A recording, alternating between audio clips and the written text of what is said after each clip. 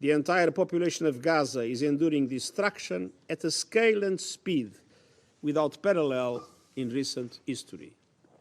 Nothing can justify the collective punishment of the Palestinian people. Excellencies, over 100 days have passed since more than 1,000.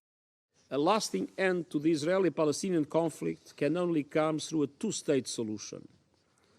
Israelis must see their legitimate needs for security materialized, and Palestinians must see their legitimate aspirations for a fully independent, viable, and sovereign state realized in line with United Nations resolutions, international law, and previous agreements. Israel's occupation must end. Excellencies, last week's clear and repeated rejection of the two-state solution at the highest level of the Israeli government is unacceptable. And this was despite the strongest appeals from even the friends of Israel, including those sitting around this table. This refusal and the denial of the right to statehood to the Palestinian people would indefinitely prolong a conflict that has become a major threat to global peace and security. It would exacerbate polarization and embolden extremists everywhere. The right of the Palestinian people to build their own fully independent state must be recognized by all, and any refusal to accept the two-state solution by any party must be firmly rejected.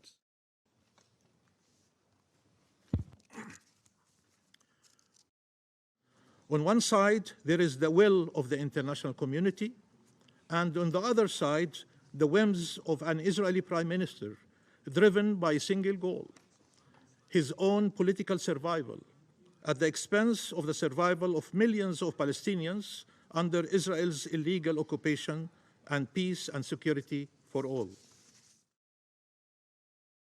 President, allow me at the outset to thank France. Netanyahu boasts publicly and repeatedly that he played a key role in preventing the independence of the Palestinian state and peace in our region, and pledges to continue doing so. Israel should no longer entertain the illusion that there is somehow a third path whereby it can choose continued occupation and colonialism and apartheid and somehow still achieve regional peace and security. This is not a viable path, nor a legitimate path. And you, Mr. Minister, for convening the Security Council at ministerial level. It is time for recognizing the admission of the State of Palestine to the UN. We were not granted a veto right over Israel's admission to the United Nations 75 years ago. Israel does not have a veto right over the admission of the State of Palestine 75 years later. The international consensus on two states in this land must be upheld in word and deed. There can be no more pretext for endless delay and obstruction. Thank you, Mr. President. Should Hamas turn in those responsible for October 7th, and should Hamas release all the hostages, this war would be over immediately. This is not a war that Israel chose, but we will defend our future just as each of you would defend the future of your country. President, at the outset, I wish to thank France. There is a regime responsible for sponsoring 90% of Hamas's terror budget, as well as arming them and training them. This is the same regime that supplies Hezbollah with precision missiles and provides the Houthis with ballistic missiles. And all this is carried out in order to wreak havoc and instability in the Middle East.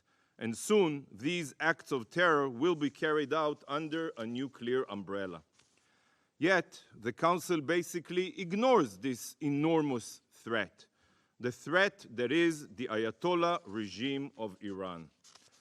How absurd is it that the foreign minister of the #1 state sponsor of terrorism that aspires to destabilize the Middle East is here today to address the Council?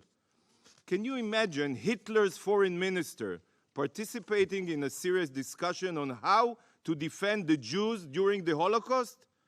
This is an upside-down world. Благодарю вас, господин председатель. Уважаемый. Накануне нашего заседания мы предприняли еще одну попытку добиться солидарной реакции Совета на происходящее и предложили проект заявления председателя с требованием немедленного гуманитарного прекращения огня. Однако США и их союзники этот документ тоже заблокировали, подтвердив, по сути дела, что сохранение жизни мирных палестинцев в их приоритеты не входит. Гуманитарные последствия такой политики ужасны. Погибли почти 30 тысяч мирных жителей, в том числе огромное количество женщин и детей. Мы сегодня проводим заседание по ситуации на Ближнем Востоке, прежде всего. Мы верим, что наши палестинские братья и сестры проявят стратегическую мудрость и откажутся от всех конъюнктурных соображений, междоусобиц, которые препятствуют национальному строительству. Они должны сами решать, как должно выглядеть их будущее государство, кто и как должен им управлять. По-моему, наши западные коллеги называют это демократией. Bismillahirrahmanirrahim. Stopping the genocide in Gaza is its main key to is the main key to the restoration of security to the region. Thank you for organizing this timed meeting. Mr. President, the killing of civilians in Gaza and the West Bank cannot continue until the so-called total destruction of Hamas, because that time will never come. Vous avez devant vous la liste des orateurs et oratrices ayant demandé à participer en vertu de l'article 37.